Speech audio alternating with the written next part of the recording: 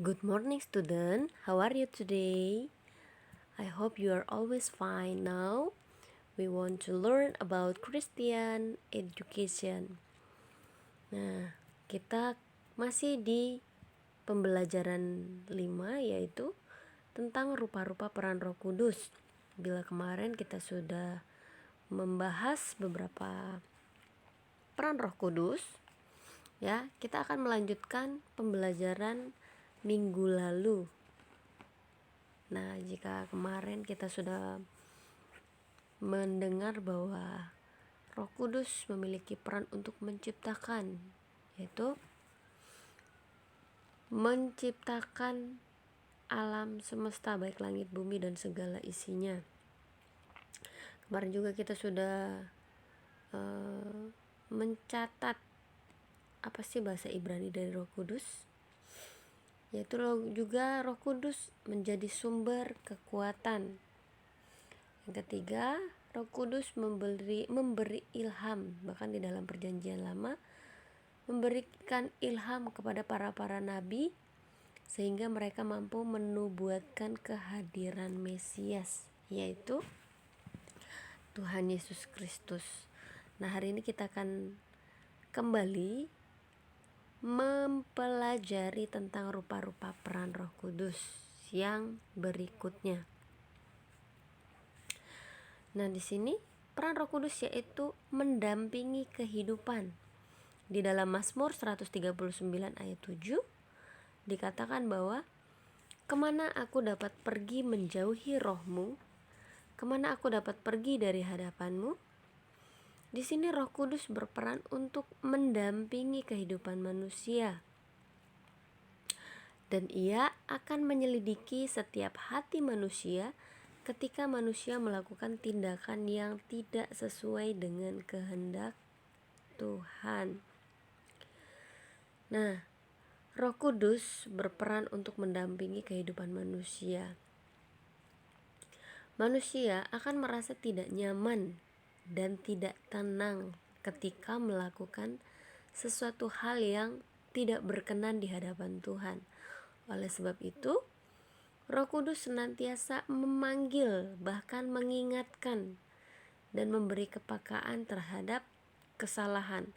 Ketika kita melakukan kesalahan, Roh Kudus akan mengingatkan di dalam hati kecil kita. Oleh sebab itu kita merasa sesuatu hal di dalam hati kita, sehingga ketika kita melakukan sesuatu hal atau ketika kita sudah melakukannya atau melakukan hal atau kesalahan, kita akan merasa tidak enak di dalam hati kita. Ada sesuatu hal yang mengganjal di dalam hati kita. Itulah Roh Kudus mengingatkan kita. Roh Kudus akan menyerukan pertobatan sehingga manusia kembali ke jalan Tuhan. Ketika kita berbuat dosa, ada Roh Kudus yang mengingatkan kita. Oleh sebab itu, kita akan berbalik dari sesuatu hal yang tidak benar, kembali ke jalan Tuhan.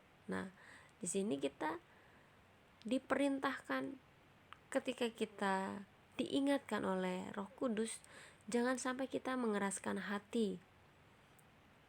Ketika kita diingatkan, kita kembali kepada Tuhan, kita bertobat dan meminta ampun apa yang sudah kita lakukan. Kita menyesali perbuatan yang tidak berkenan di hadapan Allah. Yang kelima, Roh Kudus menopang kehidupan orang beriman. Di sini pasti setiap kita pernah merasakan sesuatu hal atau pernah merasakan menghadapi masalah. Ketika manusia menghadapi masalah, apa yang mereka lakukan? Biasanya manusia akan cerita kepada temannya, kepada orang-orang yang dianggap mereka dapat menyelesaikan masalah. Bahkan mereka mau diajak untuk sharing agar mereka tahu apa yang kita alami. Namun di sini Tuhan menjanjikan kepada kita, menjanjikan kepada orang-orang yang beriman bahwa hidup orang beriman tidak selalu mulus. Bahkan di sini dikatakan bahwa Setiap orang pasti memiliki masalah. Tuhan tidak pernah berjanji bahwa hidup kita, hidup orang-orang yang beriman tanpa masalah. Namun di sini Tuhan mengirimkan Roh Kudus untuk menolong dan menuntun, bahkan menopang kehidupan anak-anaknya. Itulah sebabnya ketika kita menyerahkan semua pergumulan kita kepada Tuhan, baik masalah seberat apapun akan terasa lebih ringan, akan lebih plong ketika kita menyerahkan semuanya kepada Tuhan. Di sini Roh Kudus berperan menolong kita di dalam kesesakan, bahkan memberi kekuatan ketika kita sudah hampir menyerah. Roh Kudus yang membantu untuk bertahan. Oleh sebab itu, di sini Roh Kudus tidak akan membiarkan kita berjalan sendiri, bahkan Ia menopang kehidupan kita sehingga kita mampu berjalan meski kehidupan yang kita jalani itu tidak mudah. Orang yang berjalan dalam kehendak Tuhan disebut orang yang memiliki spiritualitas. Ya. Setelah kita mengetahui rupa-rupa peran Roh Kudus dari semula, baik ketika penciptaan hingga masa kini, sudah saatnya bagi kita mempersilahkan Roh Kudus untuk menguasai diri kita. Karena Roh Kudus adalah Roh Allah yang berkuasa atas diri kita. Bahkan di dalam bahasa Inggris, Roh Kudus itu diartikan sebagai Holy Spirit. Ya. Jadi orang yang memiliki spiritualitas adalah orang yang berjalan dalam kehendak Tuhan dan hidupnya dipimpin oleh Tuhan. Roh Kudus yang ada di dalam diri kita dapat meneguhkan iman kita. Karena tanpa Roh Kudus tidak ada orang yang mampu beriman kepada Tuhan. Nah, pertanyaannya adalah, apakah kamu sudah mempersilahkan Roh Kudus menguasai dirimu? Ketika Roh Kudus menguasai hidup kita, kita bukan lagi milik kita sendiri. Kita adalah milik Tuhan. Apa yang Tuhan mau lakukan terhadap kita, itulah sesuatu hal yang baik. Mungkin kita merencanakan sesuatu hal ke depannya, tapi dari segala sesuatu yang sudah kita rencanakan, Tuhanlah yang akan menghendaki atau tidak. Tuhan akan bahkan memberikan sesuatu hal yang terbaik. Ketika kita merencanakan sesuatu hal, Tuhan akan memberikan sesuatu hal yang lebih baik dari rencana kita.